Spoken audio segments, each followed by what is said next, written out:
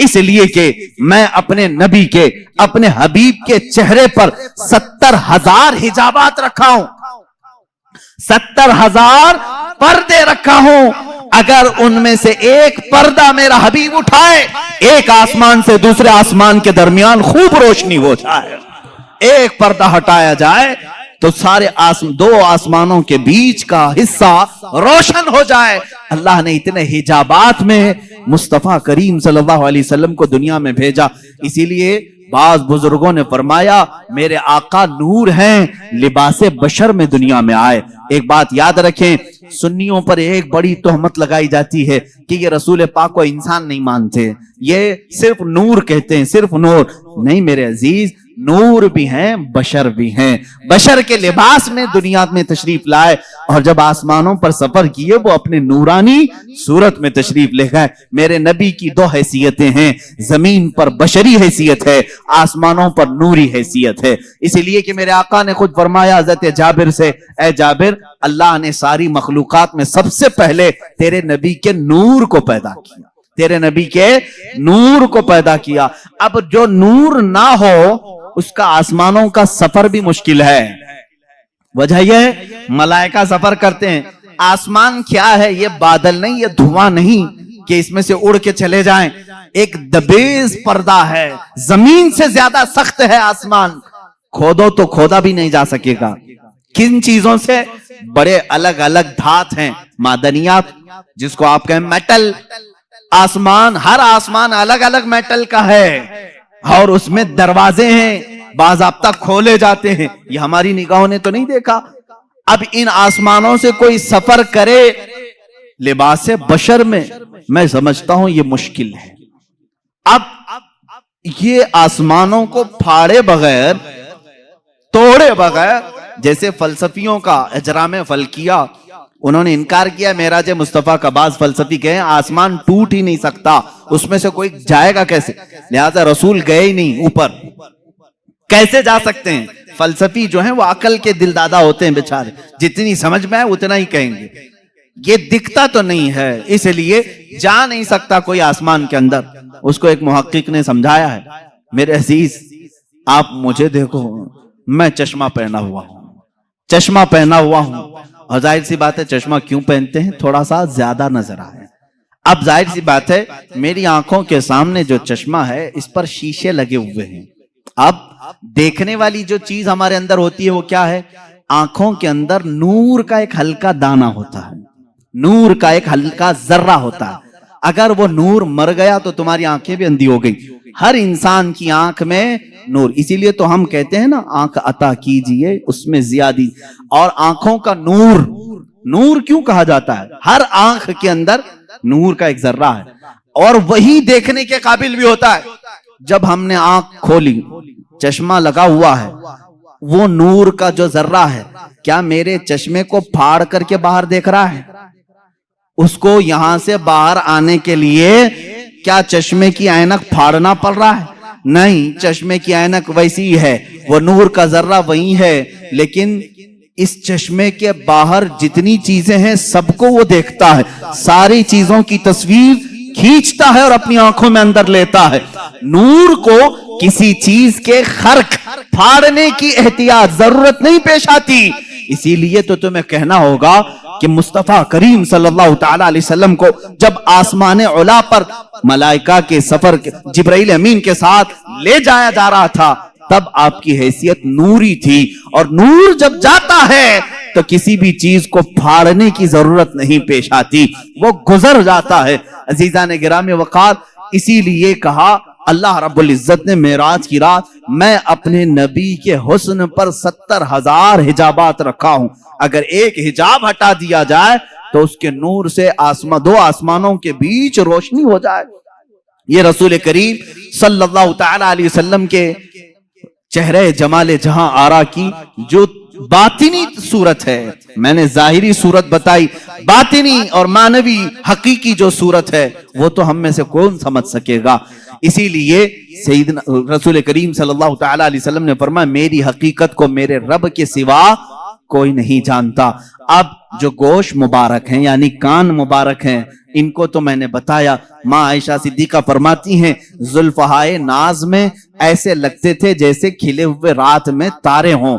یہ ظاہری خوبصورتی ہے لیکن اس کی باطنی جمال, اس کا باطنی حسن, وہ کہاں تک سنتے تھے, کیا کیا سنتے تھے, یہ تو تم اندازہ بھی نہیں کر سکتے. ایک بار رسول کریم صلی اللہ تعالی علیہ وسلم تشریف فرما ہے, اچانک آپ مسکرانے لگے, صحابہ کی مجمع میں مسکرانے لگے. کہا یا رسول اللہ صلی اللہ تعالی علیہ وسلم آج کس بات پر مسکراہٹ ہے؟ کہا میں فرشتوں کی گفتگو سن رہا تھا, اس پر مجھے ہنسی آ گئی. کہاں ملائکہ کی گفتگو ہو رہی ہے جنت کے آگے اور ان کی گفتگو پر مجھے ہنسی آ گئی. کیا گفتگو کر رہے تھے وہ ایک الگ لمبی حدیث ہے. صحابہ کرام رسول کریم صلی اللہ تعالی علیہ وسلم سے پوچھتے ہیں کہ یہ کیا گفتگو چل رہی تھی ملائکہ میں. اللہ کے نبی صلی اللہ تعالی علیہ وسلم نے ان کی وہ پوری گفتگو بھی بیان کی. ایک مجلس میں اچانک ہلکی سی آواز آئی. صحابہ نے پوچھا یا رسول اللہ صلی اللہ تعالی علیہ وسلم کوئی آواز ہے؟ حضور نے فرمایا ہاں, جو آواز تم نے سنی وہ میری بدولت سنا ہے, باقی کسی کے کان یہ سن نہیں سکتے. تم میری مجلس میں بیٹھے ہو اس برکت سے سنے ہو. وہ کیا آواز تھی, کون سی آواز تھی؟ ایک دھماکے کی آواز. حضور فرماتے ہیں آج سے 70,000 سال پہلے جہنم کے منہ پر ایک پتھر گرایا گیا تھا, وہ آج جا کر کے اس کی تہ میں لگا ہے, اس کی تہ میں اب جا کر پہنچا ہے. یہ اسی کی دھماکے کی آواز تھی. یہ اللہ کے نبی صلی اللہ تعالی علیہ وسلم کے کان مبارک ہے. دور و نزدیک کے سننے والے وہ کان, کان لالے کرامت پہ لاکھوں سلام. یہ بریلوی یوں ہی سلام ہندوستان سے نہیں بھیجتے, ان کا یقین ہے ہم یہاں سے پکارے وہ وہاں سے سنے. مصطفیٰ کی سماعت پہ لاکھوں سلام. یقین ہے نا, یقین ہے, اس لیے تو ہم یہاں سے پکارتے بھی ہیں اور میرے آقا سنتے بھی ہیں. اس لیے کہ وہ کان ظاہری کانوں کی خوبصورتی اپنی جگہ پر, لیکن جو باطنی اور اس کی معنوی خوبصورتی تھی اس کو تو حدیثوں نے بیان کیا ہے. اللہ کے نبی صلی اللہ تعالی علیہ وسلم کیا کیا سنتے تھے, کیا کیا دیکھتے تھے, بہت ساری حدیثیں ہیں میرے عزیزو. جب علم غیب کی بات آئے تو انشاءاللہ العزیز اس ٹاپک پر, اس موضوع پر ہم عرض کریں گے. اب اللہ کے حبیب صلی اللہ تعالی علیہ وسلم کے دست مبارکہ کی بات ہے. ہاتھ مبارک حضور اکرم صلی اللہ تعالی علیہ وسلم. ویسے تو میں نے ہاتھ کی خوبصورتی بتائی, ہاتھ بہت لمبے بھی نہیں تھے, بہت چھوٹے بھی نہیں تھے. ہتھیلیاں اتنی نرم تھیں جیسے کوئی مصافحہ کرے تو ایسا لگے کہ ریشم کے کپڑے میں اس نے اپنا ہاتھ رکھا ہو. نرم, ملائم, سوز و گداز اس کے اندر تھا. لیکن اس کی طاقت و قوت کا حال یہ تھا, اس کی طاقت و قوت کا یہ حال تھا کہ حضور اکرم صلی اللہ تعالی علیہ وسلم نے ان ہاتھوں کو جہاں رکھا کیا کیا ہوا. ایک صحابی ہیں چھوٹی عمر کے تھے, ان کے سر پر حضور صلی اللہ علیہ وسلم نے ہاتھ پھیرا اور کہا اللہ تجھے برکت عطا کرے. ان کی عمر 94 سال کی ہوئی, 94 سال کی, اور ان کے پورے سر میں ایک بال بھی سفید نہیں تھا, ایک بال. حضور کا دستے میں باقی داڑھی سفید, مونچھ سفید, بھویں سفید, بال چہرے سر کے ایک بھی سفید نہیں, اسی لیے کہ دستے مبارکہ میرے آقا نے اس پر رکھا تھا. اور اتنا ہی نہیں, یہ دستے مبارکہ کی تاثیر حقیقی جو باطنی خوبصورتی ہے. ایک صحابی کہتے ہیں ہم رات کے وقت حضور کی مجلس میں بیٹھتے تھے, لیکن جب جانا ہوتا تو اندھیرا ہوتا. ایک بار ہم نے شکایت کی کہ یا رسول اللہ صلی اللہ علیہ وسلم روشنی نہیں ہے, بہت اندھیرا ہے, جائیں تو کیسے جائیں, کہیں راستے میں بھٹک نہ جائیں یا کہیں کھائی میں گر نہ جائیں. رسول کریم صلی اللہ تعالی علیہ وسلم نے فرمایا قریب کوئی لکڑی پڑی ہے لیتے آؤ. قریب ایک لکڑی پڑی ہوئی تھی, صحابہ نے پیش کر دیا. اللہ کے نبی صلی اللہ علیہ وسلم نے اس لکڑی پر مسح کیا, اپنے ہاتھ سے مسح کیا اور کہا اس لکڑی کو لے جاؤ, یہ اجالا دے گی. وہ صحابہ کہتے ہیں ہم باہر آئے تو اس کی ہر شاخ سے نور کی شعائیں پھوٹ رہی تھی, اتنی روشنی کہ پوری گلی روشن ہوئی. اب وہ 3 صحابہ تھے, کہتے ہیں ایک موڑ پر ہمیں راستہ بدلنا تھا, ایک کو ادھر جانا تھا, ایک کو ادھر, ایک کو ادھر, اب کیا کریں؟ ایک روشنی کا کمکما حضور نے دیا تھا. تینوں نے کہا ہم 3 ٹکڑے کرتے ہیں اور اپنے اپنے گھر لے جاتے ہیں. تینوں ٹکڑے کیے, ہر ٹکڑے سے وہی روشنی آ رہی تھی. رسول پاک صلی اللہ تعالی علیہ وسلم جس لکڑی پر اپنا دست مبارکہ لگا دیں وہ روشنی ہی روشنی پیدا کرے. ایک صحابی ہیں جنگ بدر میں, حضرت عکاشہ رضی اللہ تعالیٰ عنہ, کہتے ہیں میں غریب صحابہ میں سے تھا, کسی کے پاس تلوار تھی, کسی کے پاس چاقو تھی, میرے پاس کچھ بھی نہیں تھا. میں حضور کی بارگاہ میں عرض کیا کہ آقا لڑنا تو مجھے بھی ہے, جذبہ جہاد میرے بھی اندر ہے, غریب ہی ہے, غربت کی وجہ سے میرے پاس کچھ نہیں. حضور نے ایک لکڑی اٹھائی اور کہا جاؤ اس سے جنگ کرو. وہ ایک پرانی لکڑی تھی. وہ صحابی کہتے ہیں میرے آقا نے اپنا دست مبارک اس لکڑی پر رکھا تھا, وہ ایسی غضب کی تلوار بنی کہ اسی سے میں نے کئی لوگوں کو گھاؤ دیے, زخم دیے, اور وہ لکڑی کسی کافر کے گردن کے قریب جاتی, گردن اڑ کر چلی جاتی تھی. وہ دست مبارکہ کی تاثیرات, یہ الگ عنوان ہے میرے عزیزو, وہ چھو لیں تو اس میں برکت ہو. اب آؤ حضرت جابر رضی اللہ تعالیٰ عنہ کے گھر کی دعوت, جو آپ نے سنا بھی تھا معجزات میں. حضور پاک صلی اللہ تعالیٰ علیہ وسلم کھانا تناول فرما لیے, کھانے کے بعد دسترخوان سے اپنا ہاتھ پوچھ لیا. حضرت جابر کہتے ہیں میں نے وہ دسترخوان اٹھا لیا اور برکت کے لیے رکھ لیا. اللہ اللہ, اسی صحابی کا عقیدہ بریلی کے امام نے ہمیں دیا ہے. رسول اللہ سے جو بھی چیز متعلق ہو جائے وہ ہمارے لیے برکت کا ذریعہ ہے. ہم ان کو مٹانے کی بات نہیں کرتے, بلکہ ان تبرکات پہ خود کو مٹانے کی بات کرتے ہیں. ہم اپنی جان مٹائیں گے ان تبرکات پر جو رسول کریم صلی اللہ تعالی علیہ وسلم سے ریلیٹڈ ہیں. عزیزان گرامی, سال بھر یہ سنی انتظار کرتے ہیں میلاد کب آئے اور منہ مبارک کب دیکھیں. ہم تو حضور پاک صلی اللہ تعالی علیہ وسلم کے جسم ناز کے ہر عضو سے محبت کرتے ہیں. خیر, حضرت جابر فرماتے ہیں میں نے وہ دسترخوان اٹھا لیا, اونچے طاق پر رکھا.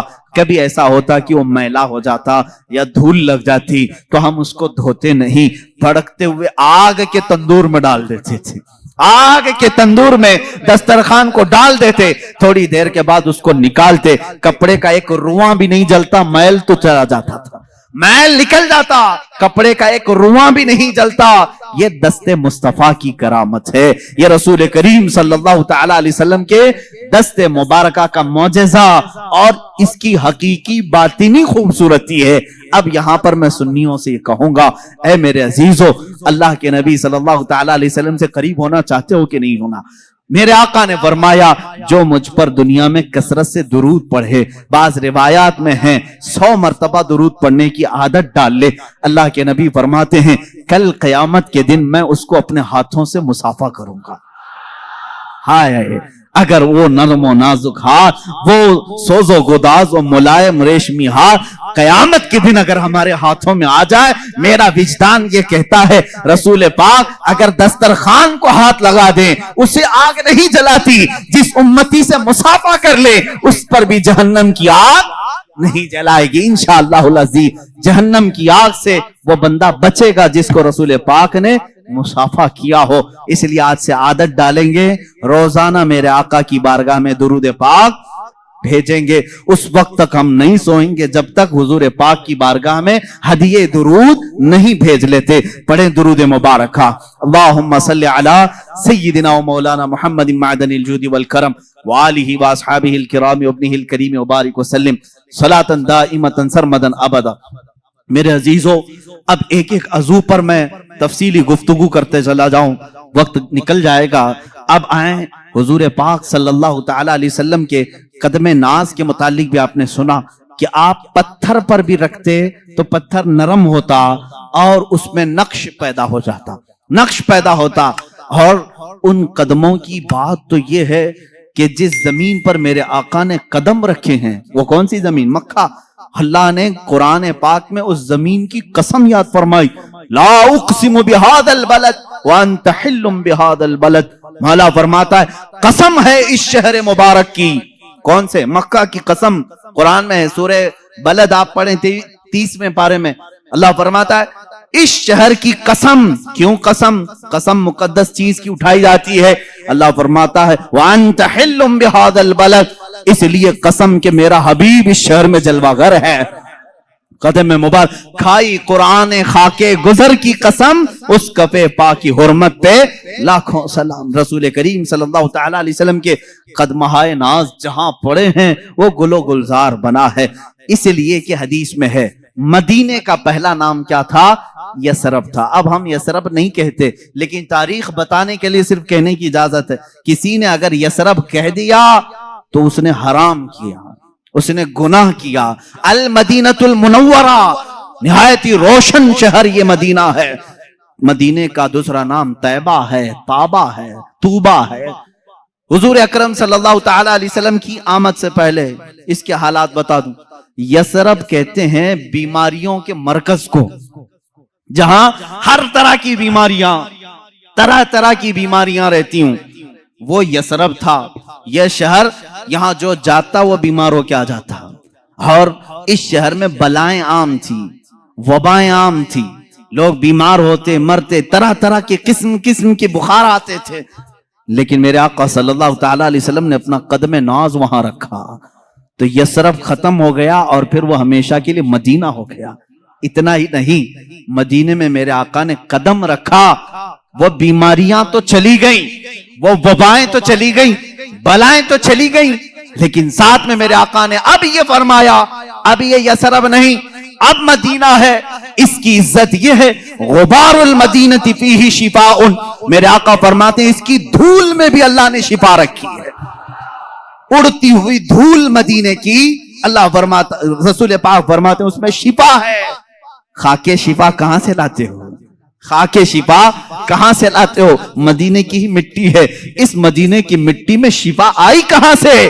مٹی تو زمین کی ہے، وہ قدم ناز کی برکت ہے. میرے آقا صلی اللہ تعالی علیہ وسلم کے قدمہائے ناز جہاں رکھے جائیں.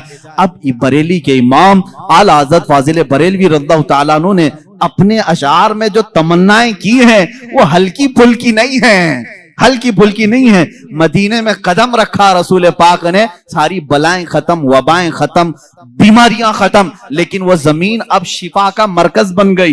جو وہاں جائے مٹی اٹھائے اپنی جلد پر لگائے صحت یاب ہو جائے. اب یہ حدیث پاک میں موجود ہے. اعلیٰ حضرت فرماتے ہیں یا رسول اللہ صلی اللہ تعالی علیہ وسلم، آپ کے یہ جو کفے پا کہتے ہیں تلووں کے نیچے والا حصہ، کف کہتے ہیں ہتھیلی کو، پا کہتے ہیں پیر کو. کفے پا پیروں کا جو تلوہ ہے اتنا مقدس ہے کہ رکھ دیں تو بیماریاں ختم، بلائیں ختم، وبائیں چلی جائیں اور پھر وہ مرکز شفا بن جائے. تو کیوں نہ میں تمنا کروں. بریلی کے امام نے یوں کہا دل کرو ٹھنڈا میرا وہ کفے پا چاند سا. چاند جیسا جو کفے پا ہے آپ کا یا رسول اللہ، دل کرو ٹھنڈا میرا وہ کفے پا چاند سا. سینے پہ رکھ دو ذرا تم پہ کروڑوں درود. تمنائیں کیسی ہیں. بریلی کے امام نے تمنا کیا کیا؟ یا رسول اللہ وہ کفے پا ذرا میرے سینے پر بھی رکھ دو تاکہ سینے کے اندر موجود ساری وبائیں ختم ہو جائیں. اور بلکہ حضور اگر کسی کے سینے پر کفے پا رکھ دیں اس کا سینہ بھی مرکز شفا بن جائے، وہ جس سے ملاقات کرے. اسی لیے یقیناً اعلیٰ حضرت کی دعا قبول ہوئی ہوگی. خواب میں کبھی نہ میرے آقا نے اپنا قدم پاک یا کفے پا سینے پر دیا ہوگا، اس لیے کہ نہ کہنا میرے رسول کی عادت ہی نہیں. اعلیٰ حضرت نے اگر دعا کیا ہے سینہ مبارکہ پر قدم ناز رکھا ہوگا تو اب جیسے مدینے سے بلائیں ختم ہوئی، وبائیں ختم ہوئی، مدینہ مرکز شفا ہو گیا. یہاں بریلی کے امام کا سینہ عشق و محبت کا امام بن گیا. جو سینے سے لگا اس کے اندر بھی عشق آ گیا، جو ان کی باتیں کیا اس کے اندر بھی محبت و عشق بھر گئی. یہ ہے قدم ناز کی برکت. اسی لیے بزرگوں نے کہا اعلیٰ حضرت جو ہے معجزۃ من معجزات رسول اللہ ہے. رسول اللہ کے معجزات میں سے ایک معجزے کا نام ہے. عزیزان گرامی، حضور اکرم صلی اللہ تعالی علیہ وسلم کے میں نے آنکھیں مبارکہ، دست مبارکہ، چہرے مبارکہ، کان مبارک، آپ کے قدم مبارک کا ذکر کیا. ایک عظیم چیز ہے جس کے صحابہ بھی مشتاق تھے، ایک عظیم چیز ہے، وہ ہے میرے آقا صلی اللہ علیہ وسلم کا پسینہ مبارک کا. اللہ اللہ واللہ جو مل جائے میرے گل کا پسینہ. یہ امام عشق و محبت. کہاں کہاں میں ان کو چھوڑوں, اپنی تقریر آگے بڑھتی نہیں, بریلی کو چھوڑے بغیر جہاں جہاں جائیں سہارا لینا ہی ہے. اعلیٰ حضرت فاضل بریلوی کو کسی نے ایک گلاب تحفے میں پیش کیا تھا, یہ لیجئے گلاب بہت اچھا ہے, آپ بھی گلاب تحفے میں لیتے دیتے ہوں گے, مگر عاشق رسول کا جذبہ کیا ہوتا ہے. گلاب کو دیکھا اور کہا صبح کھلتا ہے شام میں مرجھا جاتا ہے, میں تو اس گلاب سے محبت کرتا ہوں جو کھلا ہے تو کبھی مرجھاتا نہیں. اور پھر ان کی شان میں پھول پر ہی ایک نعت لکھ دی, سر تاب قدم ہے تنے سلطان زمن پھول, لب پھول دہن پھول زخن پھول بدن پھول, واللہ جو مل جائے میرے گل کا پسینہ, مانگے نہ کبھی عطر نہ پھر چاہے دلہن پھول. کیا بات رضا اس چمنستان کرم کی, زہرا ہے کلی جس میں حسین اور حسن پھول. یہ رسول کریم صلی اللہ تعالی علیہ وسلم کی بارگاہ ناز میں ایک صحابی آئے, ام سلیم رضی اللہ تعالیٰ عنہ, حضرت انس کی ماں. یہ کہتی ہیں حضور اکرم صلی اللہ تعالی علیہ وسلم میرے گھر دوپہر کے وقت آرام کرنے کے لیے اکثر آیا کرتے تھے. گرمیوں کے دن ہوتے, چمڑے کا بستر ہوتا, میں بچھا کر دیتی. اللہ کے نبی صلی اللہ تعالی علیہ وسلم کی ایک اور خوبصورتی یہ نہیں بتایا تھا میں, صحابہ کہتے ہیں حضور پر جب پسینہ آتا تو ایسا لگتا کہ چہرے پر تارے چمک رہے ہوں, سب میں روشنی ہوتی. چہرے ناز پر جب بھی پسینے کے قطرات ہوتے تاروں سے زیادہ اس میں چمک پھوٹتی تھی, اور صحابہ انتظار کرتے کہ یہ قطرہ اب گرے تب گرے, کس کے ہاتھ میں آئے کس کے دامن میں جائے, وہ انتظار کرتے. حضرت ام سلیم کہتی ہیں مجھے موقع مل جاتا دوپہر کے وقت جب حضور آرام کرتے, اگر گرمی کی وجہ سے پیشانی سے پسینے کے قطرات ٹپکتے, میں اس کو ایک شیشی میں جمع کر لیتی تھی, سب کو جمع کرتی. صحابہ جمع کرتے ہیں پسینے مبارکہ کو. حضور ایک دن بیدار ہو گئے, ام سلیم کو دیکھا, کہا یہ کیا کر رہی ہو, کیوں جمع کر رہی ہو. ام سلیم کہتی ہیں مدینے میں جب بھی کسی کی شادی ہو ہم دلہنوں کو یہ لگاتے ہیں, دلہنوں کو یہ لگاتے ہیں. اللہ اللہ. اب احادیث کی روشنی میں آپ کو بتاؤں, جن دلہنوں کو یہ خوشبو لگائی گئی تھی, اللہ اکبر, تاریخ بتاتی ہے ان کی 7 پشتوں تک اولاد میں خوشبو آتی تھی, ان کی اولاد میں خوشبو آتی تھی. جس نے پسینے مبارکہ کو اپنے جسم پر ملا, وہ جہاں کھڑا ہوتا تھا وہ خوشبو سب کو سنگائی, یعنی سمجھ میں بھی آتی تھی, احساس میں آتی تھی. عزیزان گرامی وقار, پسینے مبارکہ کا یہ حال ہے کہ صحابہ کہتے ہیں ہم ایک ایک قطرے کے لیے ترستے تھے. اور اتنا ہی نہیں, حضور اکرم صلی اللہ تعالی علیہ وسلم اگر وضو کر کے کلی فرماتے, صحابہ وہ کلی بھی نیچے گرنے نہیں دیتے. حالانکہ میں اور آپ وضو کریں ہمارے جسم سے نکلا ہوا پانی نجس ہو جائے گا, لیکن رسول پاک, یہ عروہ بن مسعود ثقفی ایک قاصد بن کر کے ایران کے بادشاہ کا یہ آیا, اور ایرانی بادشاہوں نے کہا تھا کہ جاؤ دیکھ کر کے آؤ محمد نے کیسی فوج جمع کی. وہ آ کر کے اس وقت دیکھ رہا تھا جب صحابہ اکرام مغرب کی نماز کے لیے دوڑے دوڑے جا رہے تھے, اذان ہو رہی تھی, حضور وضو کر رہے تھے, سب ارد گرد جمع ہیں. وہ بھیڑ کو ہٹاتے ہوئے قریب آیا, کون؟ قاصد, ایران کے بادشاہ کا قاصد, کہ ہو کیا رہا ہے میں دیکھوں. صحابہ کی بہت ساری طاقت قوت مال سب دیکھ لیا, یہاں بھیڑ کس بات کی ہے. دیکھا کہ حضور وضو کر رہے ہیں, وضو کر رہے ہیں, اور وہ اپنا پانی کلی کا منہ میں لیتے ہیں اور کلی کرتے ہیں. صحابہ اپنے دامن پھیلا لیتے ہیں, کوئی اپنا چلو پکڑ لیتے ہیں, اور جیسے ہی وہ پانی مل جائے فوراً اپنے چہرے پر لگا لیتے ہیں, کوئی اپنے پیٹ پر لگا لیتے ہیں.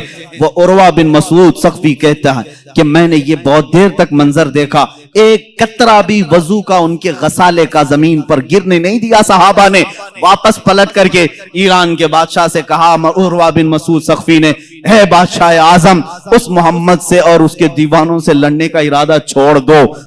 کہا بہت بڑی فوج ہے, بہت سامان جمع کیا. کہا نہیں, بہت بڑی فوج نہیں, بہت سامان نہیں, لیکن ایسے دیوانے جمع کیے ہیں کہ میں نے کیسر اور کسرا کی یہاں بھی یہ ادب و احترام نہیں دیکھا. کہا کیا ہے؟ کہا ارے وہ دیوانے اس کے کلی کے ایک قطرے کو زمین پر گرنے نہیں دیتے, وہ کب ان کے خون کے قطرے کو زمین پر آنے دیں گے؟